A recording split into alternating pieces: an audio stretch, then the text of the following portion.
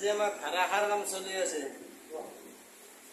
একদম পুৰা আৰু মানে একদম নেৰানেপেৰা কাম। পুৰা কাম চলি আছে। এই দেখিছে নহয়, মানে জাষ্ট ময়ে যি কেৱল অলপ লেম ধৰা হৈ আছো, বাকী একদম বিন্দাছ কাম চলি আছে।